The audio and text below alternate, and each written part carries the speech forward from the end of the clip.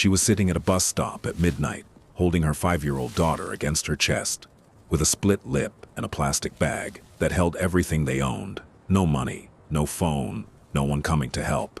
And the little girl looked up at her mother and whispered something that would have broken anyone who heard it. "We have nowhere to go, Mama. If we go back home, he'll hit you again." But someone did hear it. A man standing in the shadows. A man whose name made powerful people go quiet. And he looked at that woman and that child, and he said 3 words that changed their lives forever. "You do now." The snow fell in thin, bitter sheets across the empty streets of South Chicago, the kind of cold that didn't just touch skin, but crawled underneath it. The bus shelter at the corner of Halsted and 43rd had no walls on 3 sides, just a bent aluminum roof and a cracked plastic bench that had long stopped offering comfort to anyone. It was 11 minutes past midnight. The last bus had come and gone 40 minutes ago. Anya Resnick sat on that bench, with her arms wrapped around a 5-year-old girl pressed tightly into the center of her chest. She wore a thin, denim jacket that had been enough for September, but was useless now in the jaw of a late November freeze. Her daughter, Lena, wore 2 layers beneath a child's coat that was 1 size too small. The zipper didn't close all the way. Neither of them wore gloves. Anya's lip was split. Not badly, but enough that the dried blood pulled when she opened her mouth to breathe. There was a bruise forming beneath her left eye that she hadn't yet seen in a mirror. She didn't need a mirror. She knew exactly what shape it would take. She had worn this same bruise in different shades for the past 3 years. In her right hand, she held a plastic grocery bag. Inside it, 2 changes of underwear for the girl, a folded birth certificate, a phone charger, $47 in crumpled bills, and a box of animal crackers she had grabbed from the kitchen counter on her way out. That was everything. That was their entire life now, reduced to what she could carry in one hand while holding her daughter with the other. Lena's face was buried in her mother's neck. Her small body trembled. Not from crying, not anymore, just from cold and the kind of exhaustion that comes after a child has been too scared to sleep. Her fingers were curled into the collar of Anya's jacket, holding on with the quiet desperation of someone who had already learned that the world could take things away without warning. Anya whispered into the top of Lena's head, "We're okay. We're going to be okay."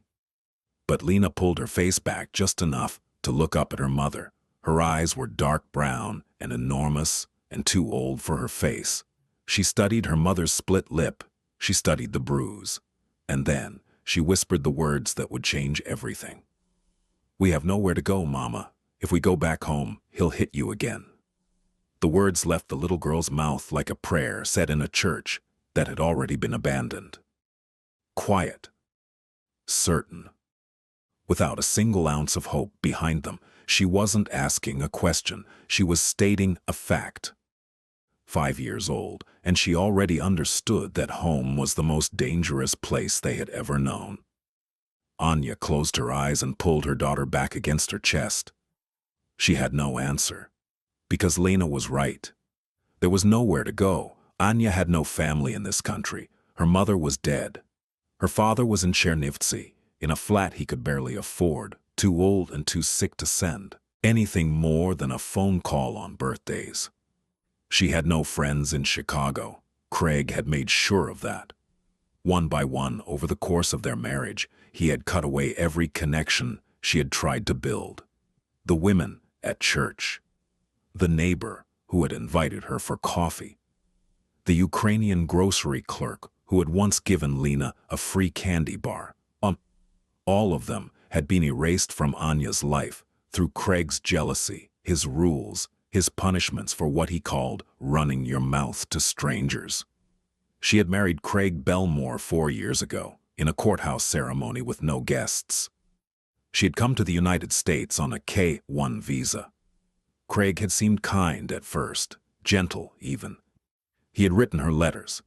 He had sent pictures of the apartment in Chicago and told her it was a good neighborhood, safe for children. He had told her he wanted to build a life together, and for 8 weeks after the wedding she had believed it. Then the door started closing. First, it was small things. Comments about how she cooked, complaints about her accent, mockery in front of his friends. Then the yelling began. Then the grabbing. Then the first time he hit her, an open palm across the face because she had spoken to a man at the grocery store who had asked her where the bread aisle was. That was 3 years ago. Tonight was the worst it had ever been. Craig had come home drunk and furious about something at work. He had thrown a plate. He had grabbed Anya by the hair and slammed her shoulder into the kitchen doorframe. When Lena started crying, he told the girl to shut up or he would give her something to really cry about. That was when Anya made the decision.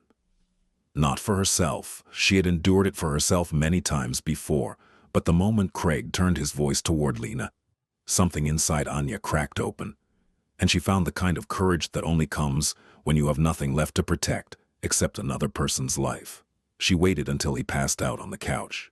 Then she packed the bag, picked up her daughter, and walked out into the cold. That had been 4 hours ago. Now they sat at a bus stop with nowhere to go, and the only sound in the world was the hiss of snow meeting pavement. Across the street, parked beneath the broken amber glow of a streetlight, a black sedan sat with its engine running. The exhaust rose in soft white plumes.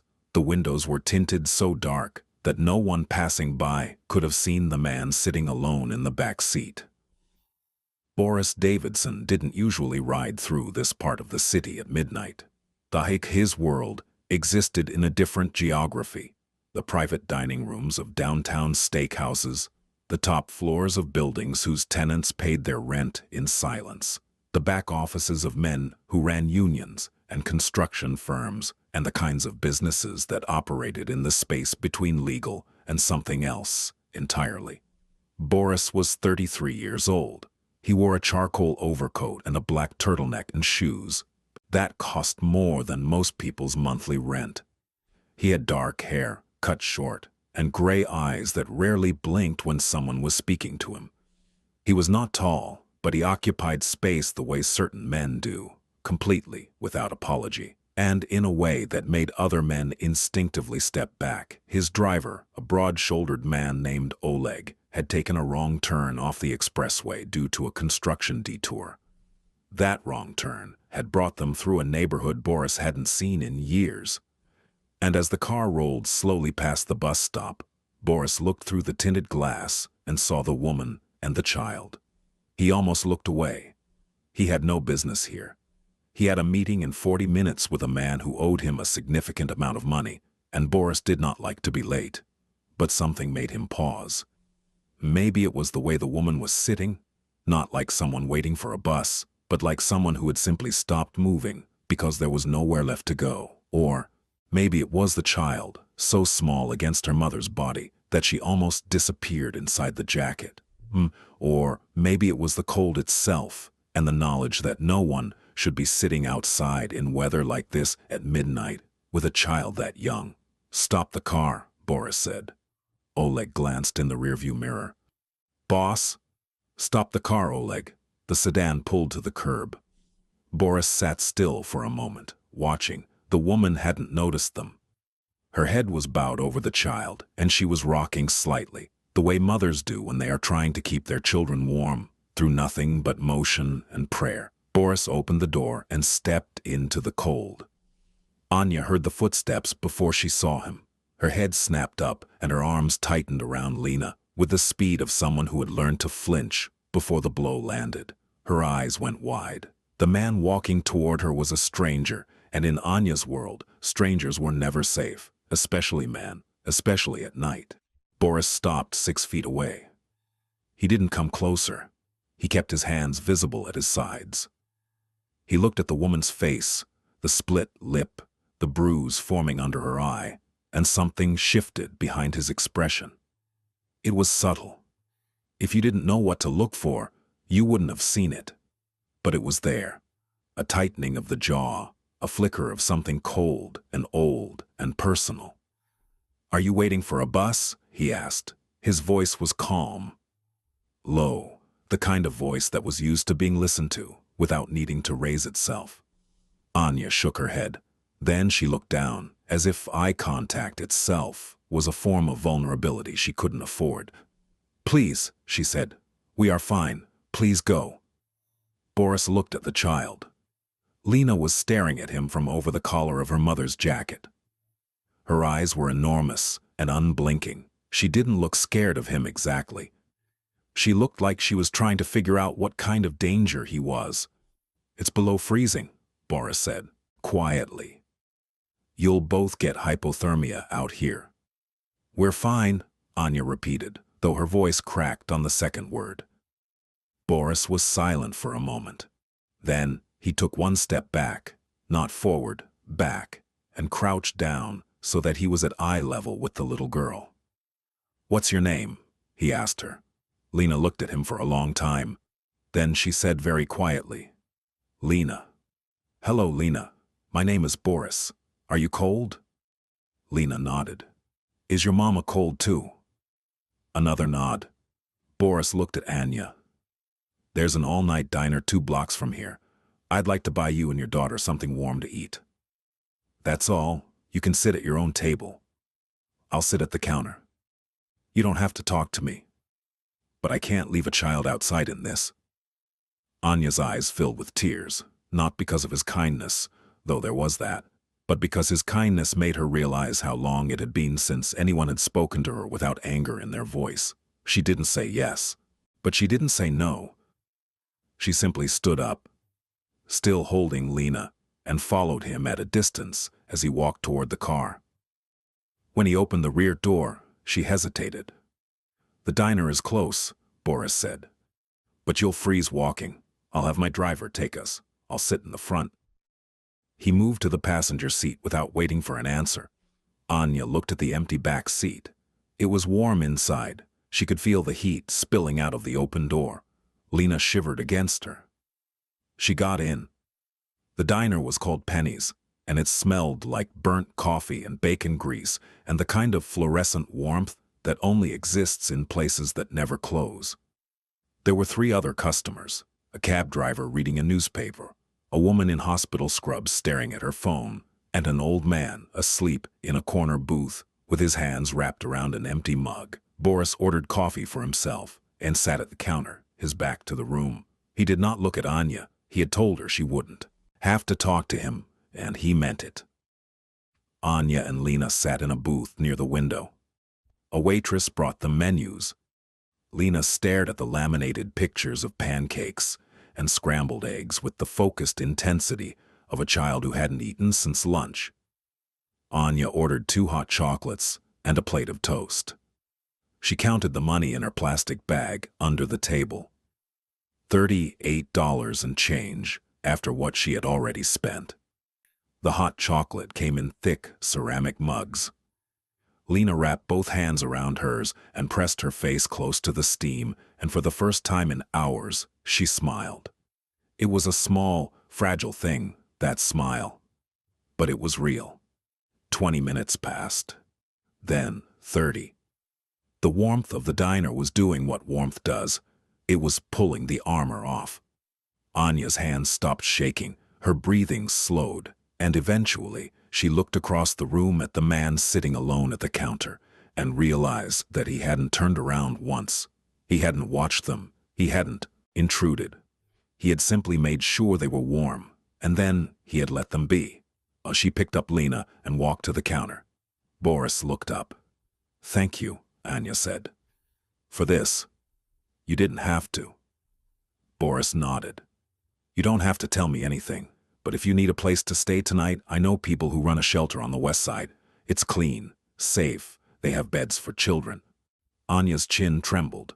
I can't go to a shelter. My husband will look for me. He knows the shelters. He told me once that if I ever tried to leave, he would find me. He said he would." She stopped. She looked at Lena. She couldn't finish the sentence in front of her daughter. Boris studied her face for a long time. Then he said something that surprised her. "Where are you from?"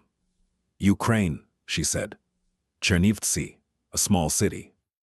"I know Chernivtsi," Boris said, his accent which she hadn't noticed before, suddenly made sense.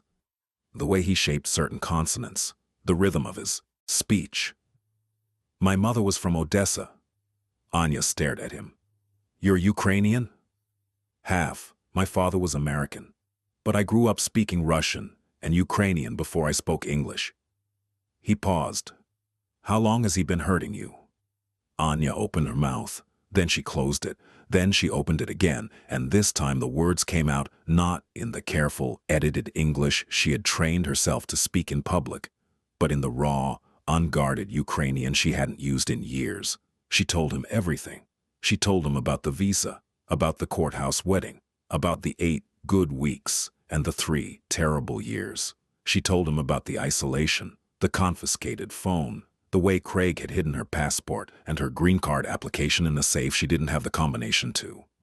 She told him that Craig had told her if she ever called the police, he would report her as an illegal immigrant and have her deported, and that she would never see Lena again, because Lena was an American citizen, and the courts would give custody to the father. She told him about the night she lay awake while Lena slept, staring at the ceiling, wondering if dying would be easier than staying, but knowing she couldn't leave her daughter behind.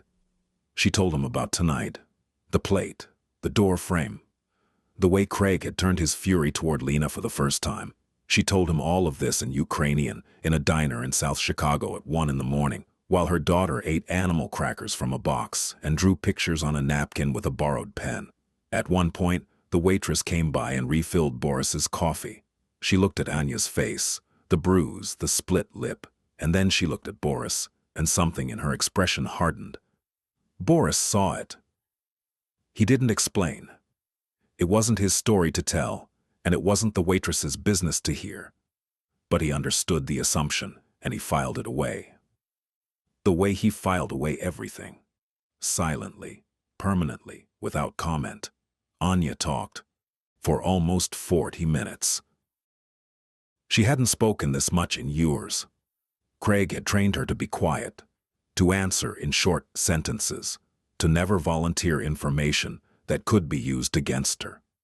But now, in the warm light of this diner, speaking in the language she had been born into, the words poured out of her like water breaking through a dam. She hadn't even realized she had been holding. She told him about the day she had tried to leave before. Almost 2 years ago, she had packed a bag then too. She had taken Lena to the park and kept walking past the playground, past the parking lot, all the way to the bus station on Ashland. She had $30 and a phone number for a domestic violence hotline she had memorized from a flyer in a bathroom stall at the public library. She had dialed the number. A woman had answered. The woman had asked Anya if she was in a safe place, and Anya had hung up because the word safe had suddenly seemed like a concept from a foreign language. Not Ukrainian, not English, but something she had once spoken fluently and had since forgotten entirely. She had gone home.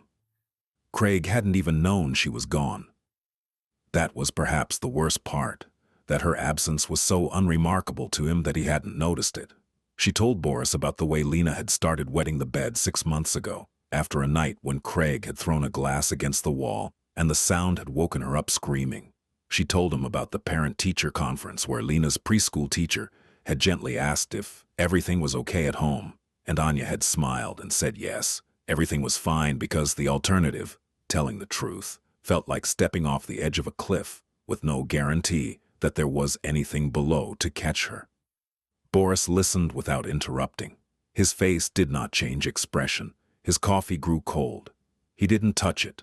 He simply sat and listened with the complete, undivided attention of a man who understood that sometimes the most powerful thing you can do for another person is to hear them without trying to fix them. When she was finished, he was quiet for a long time. Then he spoke, also in Ukrainian. He lied to you about all of it. VAWA, the Violence Against Women Act, protects you. You can file for immigration relief independently. He cannot have you deported for leaving him, and no court in this country will give custody of a child to a man who beats her mother. Anya's eyes went wide. How do you know this? Because I've seen it before. Because I have lawyers who handle exactly this kind of case. He paused. Your husband is wrong about something else too. What? He told you no one would help you. He was wrong. In the silence that followed, Lena looked up from her napkin drawing and studied Boris with the same careful, unflinching gaze she had given him at the bus stop. Then she held up the napkin. She had drawn 3 stick figures standing together under a triangle that was probably meant to be a roof. "That's you," she said, pointing to the tallest figure. "That's Mama. That's me. We're inside where it's warm." Boris looked at the drawing for a moment. Then he reached into his coat, produced a phone, and made a single call. 20 minutes later, a woman named Galina arrived at the diner. She was in her 50s, heavy-set, with kind eyes and an efficiency of movement that suggested she had done this many times before. She drove a gray minivan and spoke to Anya in Russian. She told Anya that she ran a private safe house, not a city shelter, but a residence funded by private donors that did not appear in any public directory. No names were recorded at intake. There were 2 beds available. There was a lock on the door. Anya looked at Boris. "Why are you doing this?" Boris was quiet for a moment. "Because someone should have done it sooner." He didn't say more, but there was something in the way he said it, a weight, a specificity. That made Anya understand this was not abstract compassion. This was personal. Something had happened to him, or to someone he loved, and whatever it was had left a scar that looked a lot like the one she was carrying tonight. She didn't ask. She simply nodded, picked up Lena, and followed Galina out of the diner. Boris watched them go. Then he finished his coffee, left a $100 bill on the counter, and walked back to the car. Oleg was still behind the wheel. "We missed the meeting, boss." "I know. Goran won't be happy. Goran owes me $600,000. He can wait." The car pulled away from the curb. Boris sat in the back seat and stared out the window at the snow. He didn't speak again for the rest of the drive. 3 days passed. Anya and Lena stayed in Galina's safe house, which was a second-floor apartment in a quiet residential block on the west side. It had 2 bedrooms, a small kitchen, and a living room with a television that Lena watched cartoons on, while Anya tried to figure out what to do next. There was another woman staying there as well, a young woman named Priya from Indianapolis, who didn't talk much, but who always made sure to leave the bathroom clean after she used it, and who once left a chocolate bar on Lena's pillow without saying anything about it. The first night in the safe house, Anya couldn't sleep, not because of the unfamiliar bed, or the street noise, or the clicking of the radiator. She couldn't sleep because the apartment was too quiet. There was no one in the next room whose breathing she needed to monitor, whose footsteps she needed to track, whose shifting weight on a mattress spring might mean the difference between a peaceful night and a violent one. The silence should have been a relief. Instead, it was disorienting, like a soldier home from war who can't sleep without the sound of engines. Lena, however, slept deeply for the first time in months. She curled up in the small, twin bed with a stuffed bear that Galina had produced from a closet, and she slept for 11 hours straight, without waking once, without a nightmare, without calling out for her mother. When she woke up, she looked around the unfamiliar room and said, very quietly, "Is this our new house?" "For now," Anya said.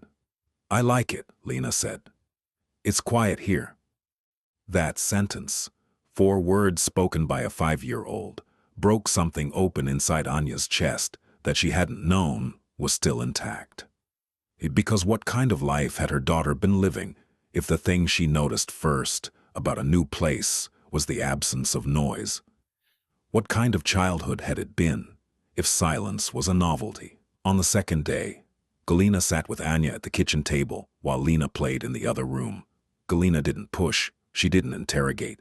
She simply made tea and set a plate of cookies on the table and said, "When you're ready to talk about what comes next, I'm here." "There's no deadline?" Anya asked, the question she had been turning over in her mind since the diner. "Who is he, the man who brought us here?" Galina was quiet for a moment. Then she said, "He's someone who helps people when no one else will. That's all you need to know." "Is he dangerous?" Galina looked at her with an expression that was equal parts honesty and compassion. "To you? No, never. To people who hurt people like you? She paused. He can be. Anya nodded slowly. She had suspected something like this. The car. The driver. The way Boris moved through the world with a specific kind of confidence that comes not from arrogance but from power. Real, quiet, structural power. The kind that doesn't announce itself because it doesn't need to. She should have been frightened. She wasn't. And she understood, with a clarity that surprised her, that the reason she wasn't frightened was because she had been living with a genuinely dangerous man for 3 years, and she had developed an instinct for the difference between a man who used his power to control people and a man who used his power to protect them. Craig's strength was a cage, Boris's strength was a wall, and she and Lena were on the safe side of it. On the third morning, Galina told Anya that a lawyer wanted to speak with her. The lawyer's name was Catherine Whitfield. She arrived that afternoon in a navy blue suit with a briefcase and a calm, methodical way of speaking that made Anya feel like she was finally talking to someone who understood how the system worked and wasn't afraid of it. Catherine explained everything. She explained VAWA, self-petitioning. She explained the U visa process for victims of domestic violence. She explained emergency protective orders and how to file for sole custody.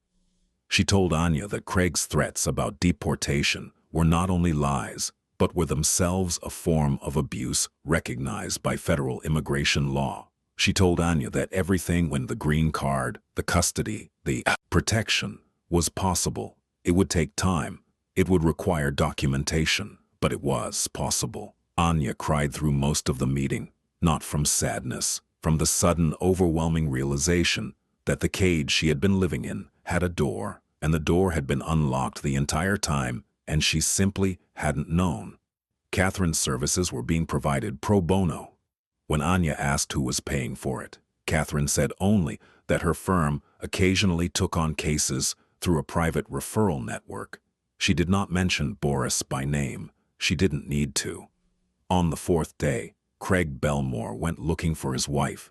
He started at the obvious places: the bus station, the few acquaintances Anya had once been allowed to have, the Ukrainian church on Western Avenue where she used to go before he forbid it.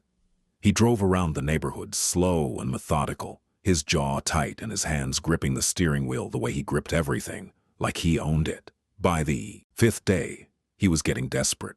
He called Anya's dead phone 18 times. He drove past the local police station and thought about filing a missing persons report, but something stopped him. The knowledge, buried beneath his rage, that if the police started asking questions about how his wife had gotten that split lip, the conversation would not go well for him. On the sixth day, Craig found himself at a bar on Archer Avenue, telling a friend named Dale about how his wife had run off with his kid and how he was going to drag her back by her hair when he found her. Dale, who had his own complicated relationship with the law, mentioned that he knew a guy who could track down anyone in the city for the right price. By the seventh day, Craig had a name and an address, not Galina's safe house. That was invisible to his kind of search, but he had the name of the diner where Anya had last been seen, and from the diner he got a description of the car that had taken her, and from the car he got a partial plate number, and from the plate number he got a neighborhood. He showed up at 10 o'clock on a Tuesday night. He parked his truck 2 blocks away and walked. He was drunk, but not sloppy. Functioning. The kind of drunk that Craig did best, just enough to silence whatever was left of his conscience, not enough to slow his hands. He found the building. He didn't know which apartment, but he stood on the sidewalk and began shouting Anya's name. Upstairs, Lena heard him first. She had been watching a cartoon about a rabbit family, and she froze. Her body went rigid. Her eyes went to the window. She knew that voice the way animals know the sound of a predator, not through understanding, but through instinct, hardwired by repetition. "Mama," she whispered. Anya was already moving. She had heard him too. The sound of Craig's voice hit her like a physical blow, and every cell in her body switched to the same mode it had been in for 3 years. Survival. She pulled Lena away from the window. She turned off the lights. She locked the bedroom door, even though it was just a hollow core interior door that wouldn't stop a grown man for more than 5 seconds. See, her hands were shaking. Her breath came in short, ragged bursts, but she did not cry. She had trained herself out of crying during emergencies because crying took energy and focus and time, and in the moments when Craig was at his worst, she needed all three for something more important. Making sure Lena wasn't in the room when it happened, Lena pressed her face into Anya's stomach. "He found us," she whispered. "I know, baby, I know, but we're safe here. The door is locked." "The door at home was locked too," Lena said, and the logic of it, the terrible, perfect 5-year-old logic, left Anya with nothing to say. Downstairs, Craig's shouting grew louder. He was calling Anya's name, then Lena's. His voice had that particular quality it took on when he had been drinking, thick, confident, a voice that believed it had a right to everything it was demanding. Priya appeared in the hallway in her pajamas, eyes wide. Galina put a hand on Priya's arm and shook her head. "Stay calm, stay inside." Galina was on the phone before Craig had finished his second shout. She didn't call the police, she called a different number. Boris answered on the first ring. "He's here," Galina said. 12 minutes later, 3 vehicles pulled up to the block in quick succession. A black SUV, a dark sedan, and a silver Audi. No sirens, no flashing lights, just the quiet precision of men who knew how to arrive somewhere without announcing themselves and without asking permission. Boris stepped out of the sedan. He was dressed the way he always was. Dark coat, dark clothes, the kind of understated authority that didn't need a badge or a title. Behind him, 4 men spread out along the sidewalk. They were large, calm, and positioned in a way that was not threatening to anyone who wasn't causing trouble but was unmistakably final to anyone who was. Craig was still shouting when he saw them. He turned, and the alcohol in his system made it take a second longer than it should have for him to process what he was seeing. 4 men who looked like they had been carved from the same block of stone, and 1 man in the center who didn't look like anything at all, who looked, in fact, like the quietest person on the entire street, but who radiated something that Craig's lizard brain recognized before his conscious mind caught up. Danger. Real danger. The kind that doesn't shout. "Who the hell are you?" Craig said. Boris walked toward him with the same measured pace he used for everything. He stopped 4 feet away, close enough to be heard in a whisper, close enough for Craig to see that the gray eyes watching him contained absolutely no fear and absolutely no hesitation and absolutely no interest in a conversation that lasted longer than it needed to.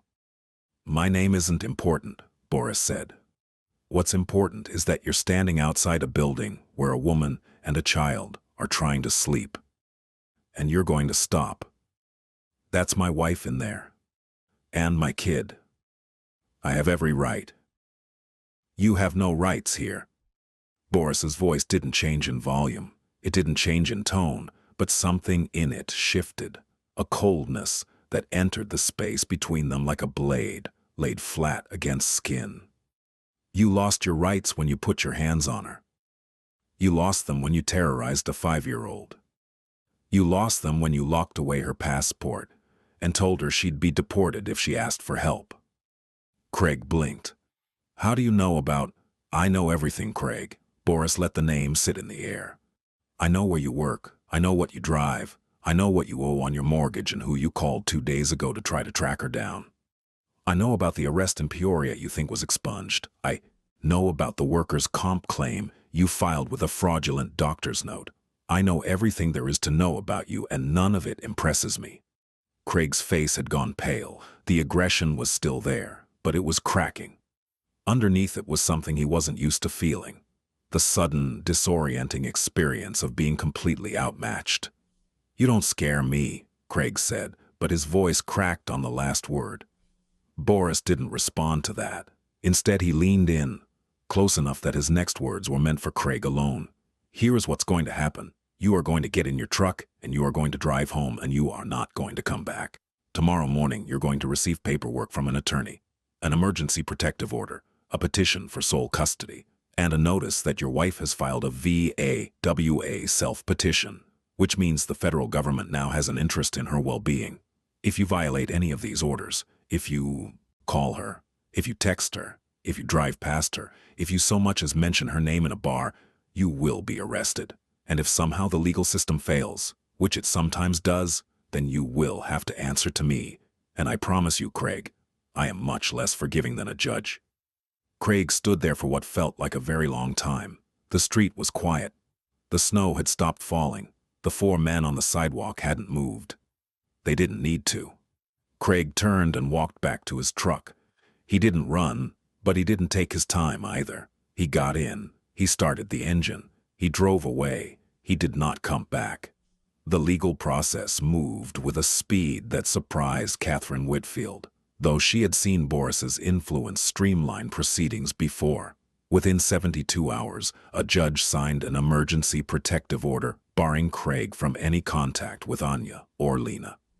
Within 2 weeks, Anya's VAWA self-petition was filed with supporting documentation from Catherine's firm, a domestic violence counselor, and a translated statement from Anya herself that ran 11 pages and detailed every incident she could remember in chronological order. The custody petition was filed simultaneously. Craig retained a lawyer, but his lawyer took one look at the evidence. The medical records from the emergency room visit Anya had made 18 months earlier, which she had never known, were still on file. The police report from a noise complaint a neighbor had made 2 years ago that had been classified as domestic disturbance, no action taken. And the photographs Galina had taken of Anya's injuries the night she arrived at the safe house, and advised Craig to settle. Craig refused at first, then his lawyer told him what the judge was likely to decide based on the evidence, and Craig changed his mind. Anya was granted sole legal and physical custody of Lena. Craig was permitted supervised visitation only, pending completion of a court-ordered anger management program that he had not yet enrolled in. The VAWA petition was approved 4 months later, granting Anya independent immigration status that was no longer tied to her marriage. She was free, not quickly, not easily, not without nightmares and panic attacks, and mornings when she couldn't get out of bed, and evenings when the sound of a door closing too hard made her whole body lock up. Recovery was not a straight line. It was a stuttering, uneven, sometimes backward journey that required a therapist she saw twice a week, and a support group she attended every Thursday, and the slow, painful process of learning to believe that she deserved to be safe. There were setbacks. There was the afternoon in January when Anya was walking home from work and saw a man on the sidewalk who walked like Craig. The same heavy, forward-leaning stride. And she froze in the middle of the crosswalk with her hands pressed to her chest until the light changed and the cars began to honk, and a stranger touched her elbow and asked if she was all right.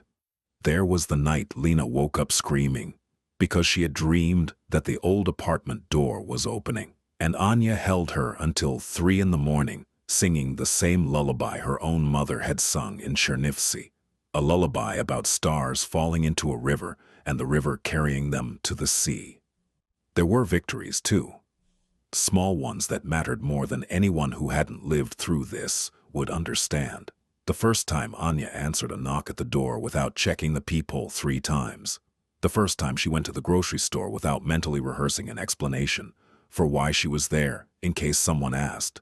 The first time she laughed, genuinely laughed, mouth open, head back, at something Lena said at the dinner table. It was a joke about a penguin. Anya couldn't even remember the punchline later, but she remembered the feeling. She remembered what it felt like to laugh without listening for footsteps behind her. But she was free. Galina helped her find an apartment, a small 1-bedroom in a building where the landlord didn't ask too many questions, and the heat worked, and the locks were solid. Anya found a job cleaning offices in a downtown building, which paid $11 an hour and wasn't much, but was hers. Lena started kindergarten at the public school 3 blocks away and came home every afternoon with crayon drawings and stories. about a girl in her class named Sophia who had a guinea pig named Biscuit. They were building something. It was small and fragile and nothing like the life Anya had imagined when she first came to America. But it was real. And it was theirs, and no one was going to take it from them. She saw Boris one more time. It was a Saturday afternoon in March, 4 months after the night at the bus stop. Anya had taken Lena to the park, a proper outing, the kind of ordinary thing that had once been impossible. Lena was on the swings, pumping her legs with the fierce concentration of a child who has recently discovered that she can make herself go higher if she tries hard enough. Anya was sitting on a bench, watching her, and for the first time in longer than she could remember, she was not afraid. A black sedan pulled up to the curb. Boris got out. He was alone this time. No driver, no men. He walked to the bench and stood a few feet away, hands in his coat pockets, watching Lena swing. "She looks happy," he said. "She is," Anya said. "She's doing well in school. Her teacher says she's very smart." "I believe it." They stood in silence for a moment. Lena saw Boris from the swing and waved. He waved back. "I got the apartment," Anya said. "And the job. Catherine says the green card should be finalized by summer." Boris nodded. "Good. I want to ask you something." Anya turned to face him. "That night at the diner, when I told you my story, something changed in your face. It wasn't just sympathy. It was something else. Something personal." Boris was quiet for a long time. He watched Lena pump her legs on the swing. Then, he spoke in Ukrainian, the way he had spoken to Anya that first night. "My mother was from Odessa. She came here when she was 22. She married my father because he promised her a good life. He kept that promise for about a year. Then he became a different man. Or maybe he had always been that man, and he simply stopped pretending." Boris paused. "She stayed for 11 years. She stayed because she had no papers. She stayed because she had a son. She stayed because he told her the same things your husband told you, Faposta. That she was nothing. That no one would help her. That she would lose her child if she tried to leave." "What happened to her?" Anya asked softly. "She left, eventually, when I was old enough to understand what was happening and young enough to still be angry about it. A woman at her church helped her. A lawyer helped her. She got out, but the damage was done. The years she lost, the person she might have been, she never got those back." He looked at Anya. "She's alive. She lives in New Jersey now. She has a garden and a cat, and she calls me every Sunday to make sure I'm eating enough. She survived. But I remember what she looked like during those years. I remember the sound of her crying through the wall. I remember the way she flinched." He paused. "When I saw you at that bus stop, holding your daughter, I saw her. I saw my mother 30 years ago. And I decided that this time, someone was going to help before 11 years had passed." Anya felt tears running down her face, but she didn't wipe them away. "Thank you," she said. "For everything.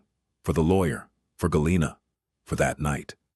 "You don't owe me anything," Boris said. "You did the hardest part yourself. You walked out the door." Lena had gotten off the swing and was running toward them with the uncoordinated, joyful urgency of a 5-year-old who has spotted someone she recognizes. She skidded to a stop in front of Boris and looked up at him. "Hi," she said. "Hello, Lena." She tilted her head. She was studying him again with those enormous brown eyes, the same way she had studied him at the bus stop, trying to place him in the only categories her 5-year-old mind had available. "Are you a good guy?" she asked. Boris looked at her. Then he looked at Anya.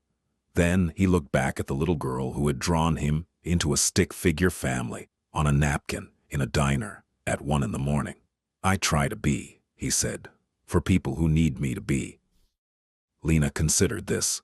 Then she nodded, as if this answer satisfied whatever internal tribunal she had been running. She reached up and took his hand, just briefly, just for a moment. And then she turned and ran back toward the swings, her coat flapping open, her laughter rising into the cold spring air like something newly released. Boris watched her go. "She's going to be all, she's, right," he said. Yes, Anya said. She is. He turned and walked back to his car. He didn't look back. He didn't need to. The woman on the bench and the girl on the swing were no longer his responsibility. They never really had been. They had always been each other's. He got in the sedan and pulled away from the curb. The park grew small in the rearview mirror. The spring sun was low and golden, and it hit the windshield in a way that made everything ahead of him look bright and blurred and new. Behind him, Lena swung higher. Anya watched. The wind moved through the bare trees, and somewhere in the distance, a church bell rang, and the city kept going the way cities always do. Indifferent to miracles, even the small ones. Especially the small ones. But they happened anyway.